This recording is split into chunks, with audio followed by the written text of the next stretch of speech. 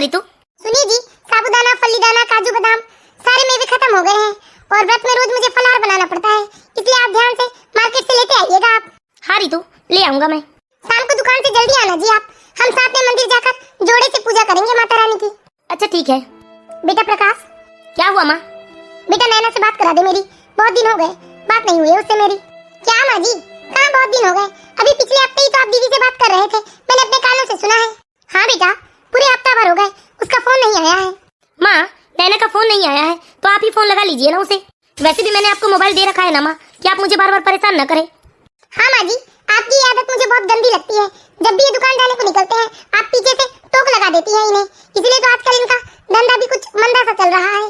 बेटा तुमने फोन तो दिया है, लेकिन पूरे 2 महीने हो गए उसमें बैलेंस नहीं है, इसलिए मैं किसी को फोन नहीं लगा सकती हूँ। तो आपको फोन लगाने की जरूरत क्या है माँ जी? आपको तो सबका फोन आ जाता है ना। लेकिन बेटा मुझे कभी कोई जरूरी बात करनी होती है तो मैं फोन नहीं लगा पाती हूँ। मेरा भी मन करता है कि मैं अपनी बेटियों को कभी या अपनी नंद को पहले से फोन लगाकर उससे हाल चाल पूछूं। आपको कहती थी ना मैं, माँ जी को मोबाइल देने की कोई जरूरत नहीं है, बेकार में ही खर्चा बढ़ जाएगा। अब देखिए आपने क्या सोचकर मोबाइल दिया था, अब तो माँ जी बैलेंस डलवाने की डिमांड कर रही है। बेकार में खर्चे बढ़ रहे हैं या नहीं? हाँ माँ, आप बेकार में ही खर्चे बढ़ा रहे हो। ठीक है बेटा, बैलेंस मत डलवा मेरे मोबाइल में, लेकिन मुझे 2 शब्द बात करना है नैना से, फोन लगा दे बेटा। माँ, मुझे दुकान के लिए देरी हो रही है, जब नैना का फोन आएगा तब आप 4 शब्द बात कर लीजिएगा, अभी तो मुझे जाने दीजिए। लेकिन बेटा बस कीजिए माँ, आपको एक दो बात समझ में क्यों नहीं आती? बेकार में ही बातों को बढ़ाने की आदत है आपकी। अरे अपना फलाहार का डिब्बा तो लेकर जाइए जी। रहने दो रितु, मैं किसी को भिजवा दूंगा, अभी तो माँ ने जबरदस्ती मेरा दिमाग खराब कर दिया। मिल गई माँ जी आपके कलेजे को ठंडक। अरे आपकी वजह से इन्होंने फलाहार भी नहीं किया और ना ही अपने फलाहार का डब्बा लेकर गए हैं। अरे दोनों टाइम का व्रत है इनका, लेकिन आपको कुछ समझ में क्यों नहीं आता? ले दे के बस जान खाने के लिए आ जाती है।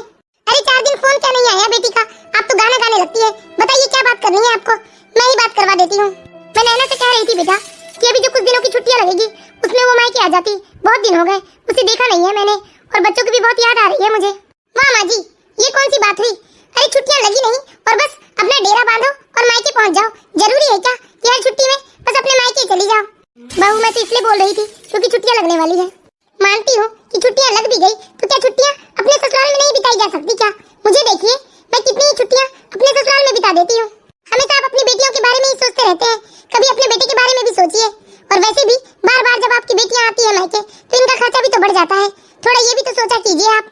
क्यों मैं बेकार में तुम्हारे साथ अपना टाइम वेस्ट कर रही हूँ? मुझे तो आज से दुर्गा सप्तशती का पाठ शुरू करना है। बैठे ठाले खर्चा बढ़ाने के बारे में सोचते रहती है।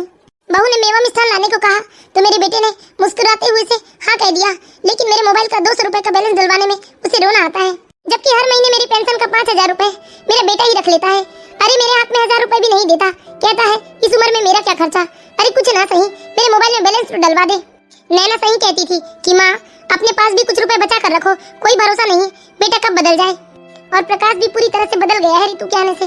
पहले तो प्रकाश अपनी बहनों के आने से कितना खुश हो जाता था, अपने भांजा भांजियों के साथ कितना खेलता कूदता था, लेकिन अब बहनों के आने के नाम से ही उसका मुंह चढ़ जाता है।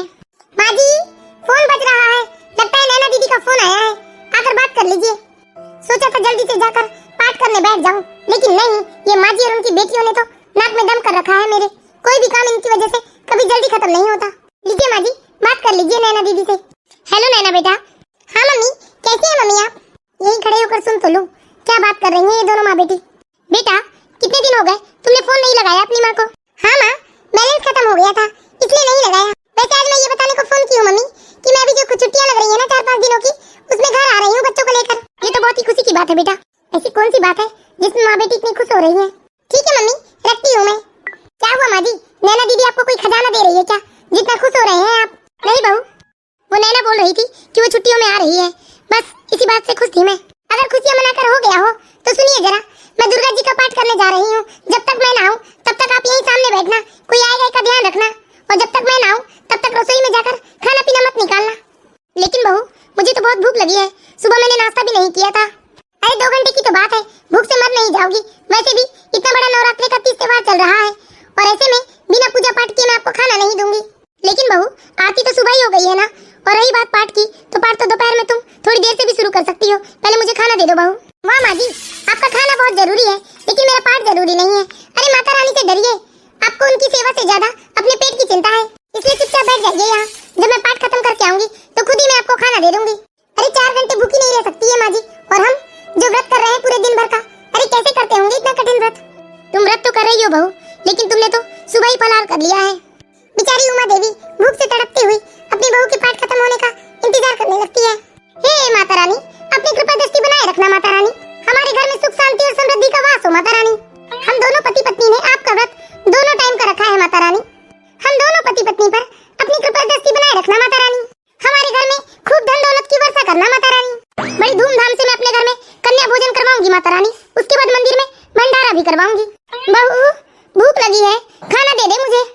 इस बुढ़िया की वजह से तो मैं चैन से पूजा पाठ भी नहीं कर सकती। अरे जान खा गई भूख लगी बोलकर। 2-3 घंटे भूखे नहीं रह सकती। अरे मर तो नहीं जाएगी 2-3 घंटे में। बैठे रहो शांति से, अभी आऊंगी तब दे दूंगी आपको खाना। माफ करना माता रानी, मेरी पूजा को भंग करने आ गई है मेरी सास। या देवी सर्वभूतेषु शैलपुत्री रूपेणी संस्थिता नमस्तस्यै नमस्तस्यै नमो नमः। या देवी सर्वभूतेषु ब्रह्मचारिणी रूपेणी संस्थिता नमस्तस्यै नमो नमः। मुझसे सहा नहीं जा रहा है बहू, मुझे चक्कर आ रहा है। पहले खाना दे दे, फिर पूजा कर लेना बेटा। अरे सत्यानाश इस बुढ़िया का, चैन से पूजा भी नहीं करने देती।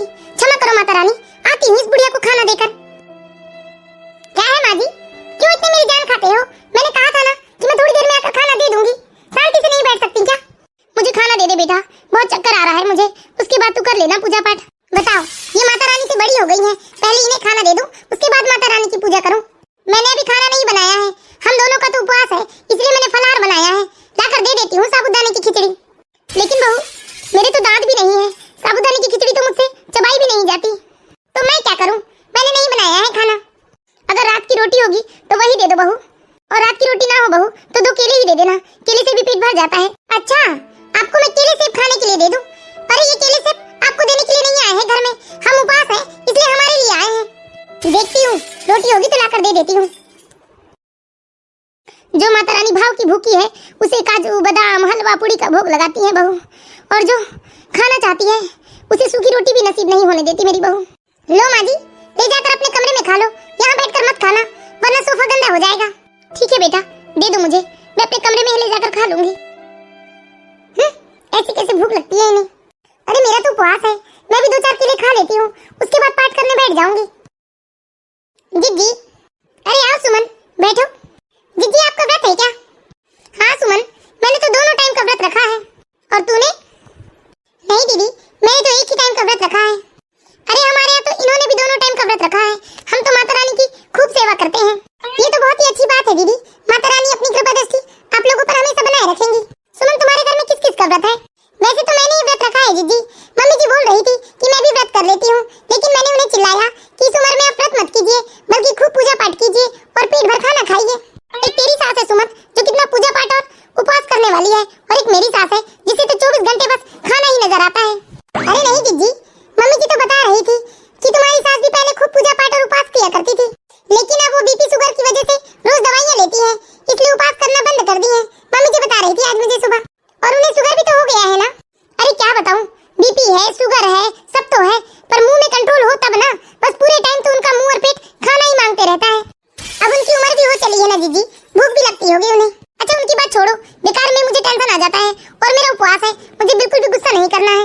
ये बताओ, तुम कन्या भोजन करवा रही हो ना घर में? हाँ जीजी, कन्या भोजन तो करवाना है मुझे। अरे मैं तो मंदिर में भी भंडारा करवा रही हूँ। ये तो बहुत ही अच्छी बात है जीजी। और तुम्हें पता है सुमन, इन्होंने मंदिर में पूरे 5000 का चंदा दिया है, ये तो और भी अच्छी बात है जीजी। अरे इतना ही नहीं सुमन, इन्होंने तो वृद्धाश्रम में 1-1 साल बंटवाने का भी सोचा है। हाँ जीजी, भैया तो सच में बहुत ही दान धर्म वाले हैं।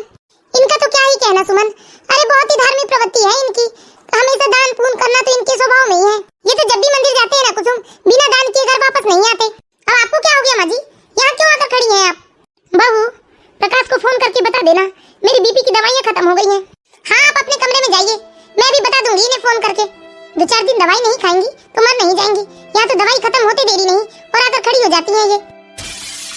जिज्जी, आप अपनी सास से ऐसे कैसे बात कर रही थी? अरे तुम इस बुढ़िया को नहीं जानती हो कुसुम, बहुत जान खाती है ये, ढंग से पूजा पाठ भी करने नहीं देती, और खर्चा बढ़ाना तो जैसे इनका शौक है। अब अभी देख लो ना, दवाई खत्म होते देरी नहीं और आकर खड़ी हो गई दवाई बताने को। लेकिन फिर भी जिज्जी, अपनी माँ से ऐसी बात नहीं करना चाहिए आपको। तू पागल हो गई है क्या सुमन? वो मेरी माँ नहीं सास है। अच्छा ठीक है जिज्जी, चलती हूँ मैं। अरे इतनी जल्दी कहाँ जाने लगी सुमन तुम? थोड़ी देर बैठो तो, मैंने तो अभी तुम्हें और बहुत सारी बातें नहीं बताई है। नहीं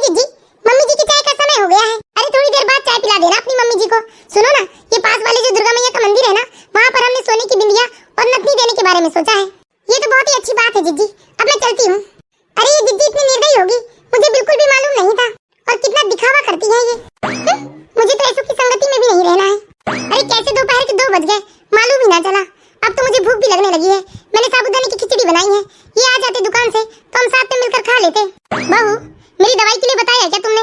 अरे 2 दिन दवाई नहीं खाएंगी तो मर नहीं जाएंगी, और वैसे भी इतनी जिंदगी तो जी ली आपने, और ऐसे कैसे आपको जीने का शौक है?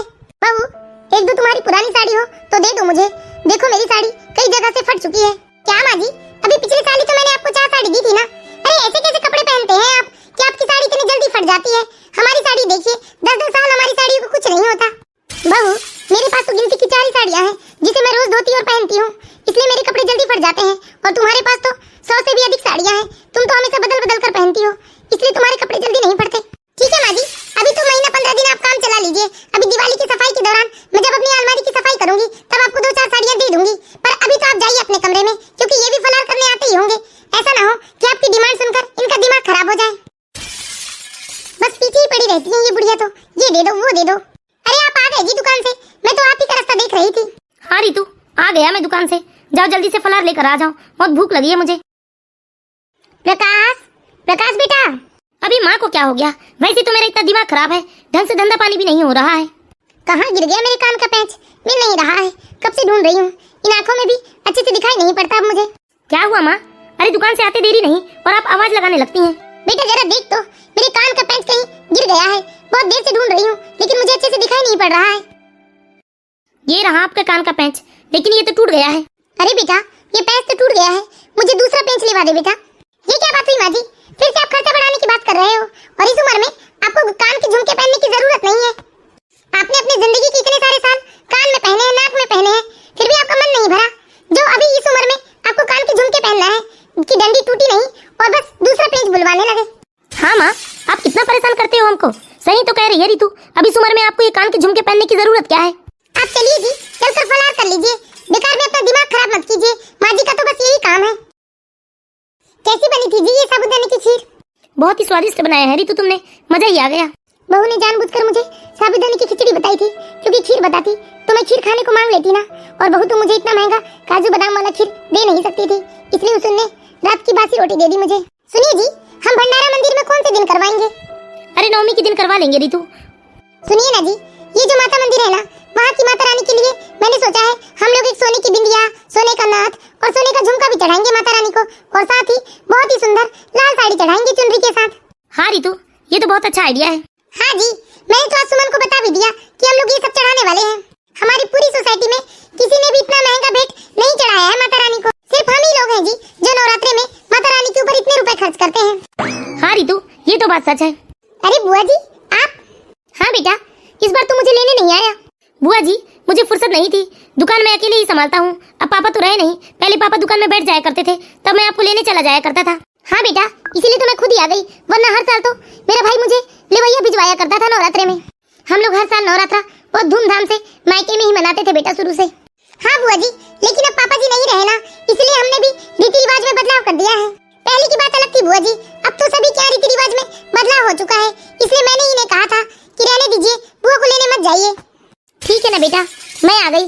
अब मेरी भी जिंदगी के ज्यादा दिन तो बचे नहीं है, इसलिए मैंने सोचा कि भैया नहीं है तो क्या हुआ, मैं भैया की यादों के साथ यहाँ नवरात्रा मनाऊंगी। लेकिन बुआ जी, मुझे तो लगता है नवरात्रि की पूजा आपको अपनी बहू के साथ करना चाहिए, ना कि अपने भाई की बहू के साथ। दीदी बहू, ये क्या बोल रही हो? सही तो बोल रही हूँ ना माँ जी। नहीं बहू, तुम्हें मालूम नहीं है, तुम्हारी बुआ का जन्म बहुत ही मिन्नत और दुआओं से हुआ था इस घर में। पूरी 4 पीढ़ी में इस घर में कभी बेटी नहीं हुई थी, और 4 पीढ़ियों के बाद तुम्हारी बुआ जी का जन्म हुआ था, उसके बाद मेरी बेटियों का जन्म हुआ है इस घर में। इसलिए हमेशा तुम्हारे ससुर जी अपनी बहन मतलब तुम्हारी बुआ जी को नवरात्रि की पूजा में यहाँ लेकर आते थे और साथ में पूजा करते थे। हाँ ठीक है बुआ जी, जाइए आप मम्मी के कमरे में अपना सामान रख दीजिए और हाथ मुंह धोकर खाना पीना खा लीजिए। शकुंतला, कैसी हो तुम? अच्छी हूँ भाभी। देखिए ना जी, एक तो मुझसे संभाली नहीं जाती थी, ये दूसरी बुढ़िया भी आ गई है इस घर में। अब बताइए मैं अकेले किस किस की सेवा करूंगी? अरे तुम ज्यादा परेशान मत होना रितु, घर में जो भी बनता है बस वही परोस देना, ज्यादा खातिरदारी की कोई जरूरत नहीं है। हाँ जी, अभी तो दीदियों का आना बाकी रह गया है। हाँ वो दोनों भी आएंगी, लेकिन अपने घर में अष्टमी की पूजा करके आएंगी, नवमी के दिन आएंगी यहाँ। चलो ठीक है, मैं दुकान जा रहा हूँ। ठीक है जी, आप दुकान जाइए, मुझे भी घर में बहुत सारा काम है। रीतु माता रानी की तो खूब पूजा पाठ करती है, अरे बहुत बड़ी भक्त होती है वो माता रानी की, दोनों टाइम का व्रत करती है वो, लेकिन वो अपनी सास और बुआ सास को फूटे आंख नहीं भाती। इस तरह धीरे धीरे नवरात्रि के 8 दिन निकल जाते हैं और आज नवमी का दिन होता है। हे माता रानी, हम दोनों ने आपकी खूब पूजा पाठ की है, खूब सेवा की है और मंदिरों में खूब दान दक्षिणे किए हैं। बस आप अपने आशीर्वाद हम पर बनाए रखिए माता रानी। सर्वमंगल मांगल्ये शिवे सर्वार्थ साधिके शरण्ये त्र्यंबके नारायणाख्य गौरी नारायणी नमस्तुते सर्वे भवन्तु सुखिनः सर्वे सन्तु निरामया सर्वे भद्राणि पश्यन्तु मा कश्चित् दुःख भाग्य भवेत्। बोलिए शेरा वाली मैया की जय। चलिए जी, आज तो हमें मंदिर में भंडारा भी करवाना है ना। हाँ रितु, चलो जल्दी से। हे मैया जी, बस अपना आशीर्वाद बनाए रखिए मैया जी। मम्मी, दादी और बुआ दादी को भी हम मंदिर ले चलते हैं ना। वो मंदिर आकर क्या करेंगे? बहू, हम लोगों को कुछ नाश्ता पानी दे देती, उसके बाद जाती मंदिर। सत्यानाश, टोक दिया पीछे से। मम्मी, आपको कितनी बार समझाता हूँ मैं, इस तरह पीछे से नहीं टोका जाता। अब हम लोग मंदिर जा रहे थे भंडारा करवाने, इतनी बड़ी पूजा करवाने, और आपने पीछे से टोक लगा दिया। लेकिन बेटा, तुम्हारी बुआ को भूख लगी है, वो दवाई खाती है ना खाना खाने के बाद, और तुम लोग अभी मंदिर जाओगे तो फिर तो शाम तक ही लौटोगे ना। हाँ मम्मी, कुछ तो दे दीजिए दादी को। तू चुप कर सोनल, कितने बार समझाती हूँ, बड़ों के बीच में बात नहीं करते हैं। अरे थोड़ी देर भूखे नहीं रह सकती क्या आप? इतनी बड़ी पूजा हो रही है हमारे घर से, और आप हो कि खाने खाने को मरी जा रही हो। अगर ज्यादा ही भूख लगे तो देख लेना, बासी रोटी रखी होगी किचन में, खा लेना दोनों। चलिए जी, हमें देर हो रही है, और आपको सोने चांदी की दुकान भी तो जाना है, वहाँ से नथ झुमका और बिंदिया भी तो उठाना है भैया के लिए। हाँ चलो रितु, जाओ बेटा सोनल। दादी, मेरे कमरे में चॉकलेट और बिस्किट रखी हुई है, आप जाकर निकाल कर खा लेना। ठीक है बेटा, जा तू मंदिर जा। शकुंतला, तुम्हें भूख तो नहीं लगी है? नहीं भाभी, भूख तो नहीं लगी है मुझे। बहू कह तो रही थी मुझसे कि मैं आप लोगों को खाना दे देती हूँ, उसके बाद मंदिर जाऊंगी। मैंने ही उसे मना कर दिया कि पहले माता रानी की पूजा करके आ जा, उसके बाद हमें खाना दे देना। भाभी, मुझसे झूठ बोलने की क्या आवश्यकता है आपको? क्या मैं रितु के स्वभाव को नहीं जानती हूँ? हाँ शकुंतला, भला तुझसे कभी कुछ छुपाया है क्या? अरे तुम मत आया कर शकुंतला, ये सोच लिया कर कि बस तेरे भाई के साथ इस घर की सारी रीति रिवाज और परंपरा चली गई है। मुझे बहुत बुरा लगता है शकुंतला, बहू चाहे मेरे साथ जितना भी अत्याचार कर ले, लेकिन तुम तो मेहमान की तरह आती हो। भाभी, इसमें आपका क्या दोष है? मुझे तो अच्छे से याद है, जब यहाँ पहले आपका राजपाट हुआ करता था, तब मैं आती थी तो आप मुझे 56 भोग खिलाती थी। घर में चाहे कोई भी पूजा पाठ हो, पहले आप माता रानी के भोग के लिए अलग निकाल कर रख देती थी, चाहे पूजा कोई भी समय हो, लेकिन बाकी सबको पेट भर भोजन करवाती थी। माँ, बुआ, अरे नैना बेटा तू? हाँ माँ, भैया भाभी कहाँ गए? मैंने सोचा जल्दी आऊंगी तो उनके साथ नवमी की पूजा मिल जाएगी मुझे। वो तो मंदिर गए हैं बेटा। माँ, लेकिन ये आपकी क्या हालत हो गई है? आपकी साड़ी कई जगह से फट चुकी है। अरे बेटा, तुम्हारी भाभी ने तो कहा था कि वो नई साड़ियाँ निकाल देती हैं, लेकिन मैंने ही मना किया। मैंने कहा अभी तो दिवाली की साफ सफाई में वैसे भी कपड़े खराब होंगे ही ना, दिवाली के बाद मेरे लिए साड़ियाँ निकालना। बस करो भाभी, और कितना झूठ बोलोगे?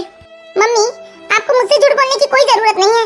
आपकी हालत तो साफ साफ बता रही है कि भाभी भैया ने आपको कितना प्यार और मान सम्मान दिया है इस घर में। बेटा नैना, तुम्हारे भाभी भैया तुम्हारी मम्मी को जरा भी मान सम्मान नहीं देते। अरे मान सम्मान की तो बात दूर है, इसे पेट भर खाना भी नहीं देते। रहने दे शकुंतला, कुछ मत बता तू नैना को। नहीं भाभी, आज मैं चुप नहीं रहूंगी। शकुंतला नैना को सारी बात बता देती है कि किस तरह से उसके भाभी भैया उसकी माँ के ऊपर अत्याचार करते हैं, और ये भी बताती हैं कि माँ के ऊपर तो बहुत अत्याचार करते हैं, लेकिन देवी माँ की खूब पूजा करते हैं। और आज उमा देवी भी अपने आप को नहीं रोक पाती है और फुट फुट कर रोने लगती है, और अपनी बेटी को अपनी सारी आपबीती बता देती है। चलो अच्छा हुआ जी, इस बार की नवरात्रि हमने हर साल की तरह बड़ी धूमधाम से मनाई है। माता रानी हमें खूब तरक्की देगी, हमने इतना दान पुण्य किया है। अरे नैना, तुम कब आई? हाँ भैया, जब आप लोग मंदिर में भंडारा करवा रहे थे ना, तभी आई हूँ मैं। रमेश काका का फोन है, लगता है रमेश काका ने दुकान खोल ली है। हेलो, हाँ रमेश काका, दुकान खोल लिया आपने? बेटा प्रकाश, तुम्हारी दुकान में चोरी हो गई है। क्या? आप ये क्या बोल रहे हो काका? दुकान में चोरी हो गई है? देख लिया जी आपने अपनी बहन के अशुभ कदम। अरे आपकी बहन के आते देरी नहीं घर में, और इतना बड़ा घाटा हो गया हमें कि हमारी दुकान में चोरी हो गई। रितु, मैं अभी दुकान देख कर आता हूँ। आज तो आपको भी यकीन हो गया होगा ना दीदी कि आपके कदम कितने अशुभ है। आपके आते देरी नहीं और हमारी दुकान में चोरी हो गई है, वरना मैं कितना पूजा पाठ करती हूँ। अरे दोनों टाइम का व्रत करती हूँ मैं, माता रानी तो मुझसे हमेशा प्रसन्न रहती है। अरे लाखों का चढ़ावा चढ़ाती हूँ मैं मंदिरों में। हाँ भाभी, आपके लाखों का चढ़ावा चढ़ाने का नतीजा तो देख लिया आपने। ये मेरे चढ़ावे का फल नहीं, बल्कि तुम्हारे अशुभ कदम है, जो आज इतने बड़े माता रानी के दिन में तुम अपना ससुराल छोड़कर यहाँ आई हो हमारे घर। ये दोनों माँ बेटी का काम हमारी पूजा में विघ्न डालने का होता है। एक तो माँ चैन से पूजा करने नहीं देती, और बेटी के अशुभ कदम पड़ते ही हमारी दुकान में चोरी हो गई।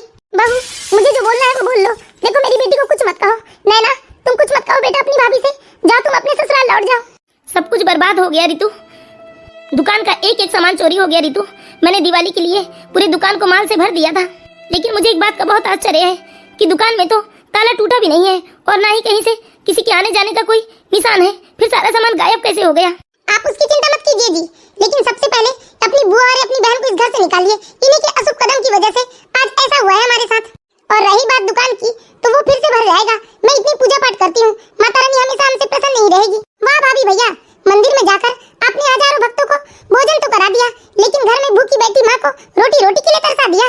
हाँ रितु बहू, मंदिर में बैठी हुई माता रानी को तो तुमने सोने चांदी से सजा दिया, और घर में बैठी इस माँ को अरे गिल्लट के पेज के लिए तरसा दिया। बुआ जी मेहमान की तरह आई हैं, अपनी हाथ मत भूलिए। हाथ तो तुम भूल गई हो बहू, जो मंदिर में बैठी हुई माता रानी को अरे गोटेदार चुनरी और साड़ी से सजा दिया, और घर में बैठी इस बूढ़ी माँ को अरे फटी हुई साड़ी के लिए तरसा दिया। हाँ भाभी, ये सब जो आपके साथ हो रहा है ना, ये सब मेरे अशुभ कदम की वजह से नहीं हुए हैं, बल्कि आपके अत्याचार की वजह से हुए हैं। आपने घर में बैठी ये साक्षात बूढ़ी माँ को, जो माता का रूप है, उन्हें दाने दाने के लिए तरसा दिया, और मंदिर में बैठी उस माँ को जो सिर्फ भाव की भूखी है, उसे आपने 56 भोग लगाया। अगर समय रहते आपने अपने व्यवहार को नहीं बदला तो अभी तो शुरुआत है भाभी, धीरे धीरे आपसे सब कुछ छिन जाएगा। भाभी, वो मंदिर में बैठी माता रानी तो सारी सृष्टि की पालनहार है, उन्हें 56 भोग की आवश्यकता नहीं है, लेकिन ये बूढ़ी माँ जो घर में बैठी हुई है, साक्षात ये माता है जिसे तुम दाने दाने के लिए तरसा रही है। और भैया आपको तो माँ ने जन्म दिया है, आपने कभी माँ का दुख नहीं देखा। मंदिर की माँ की तो खूब सेवा की भैया आपने, लेकिन घर में बैठी माँ से कभी सीधे मुंह बात भी नहीं किया भैया आपने। हाँ बहू, चाहे तुम मंदिर में सोने चांदी का चढ़ावा चढ़ाओ या हजारों को भोजन करवाओ, यदि घर की माँ भूखी बैठी है तो माता रानी कभी तुम पर प्रसन्न नहीं होगी। हाँ रितु, मुझे लगता है मम्मी और दीदी बिल्कुल ठीक कह रही हैं, क्योंकि आज जो दुकान में हुआ है उसे देखकर मैं सचमुच बहुत हैरान हूँ। बिना ताला टूटे मेरी दुकान से सारा सामान ऐसे गायब हो गया जैसे कोई चमत्कार हुआ हो। आपने 9 दिन भाभी माता रानी का तो बहुत जाप किया है, लेकिन घर में बैठी इस माँ से 2 शब्द प्यार के नहीं बोले।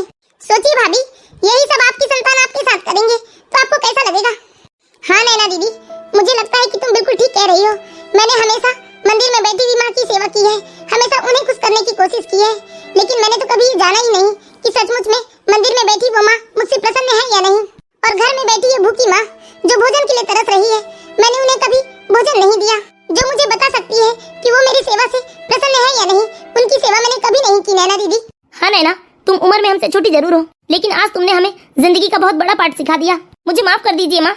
हाँ माँ जी, मुझे भी माफ कर दीजिए, इसमें आपकी बेटी की कोई गलती नहीं है।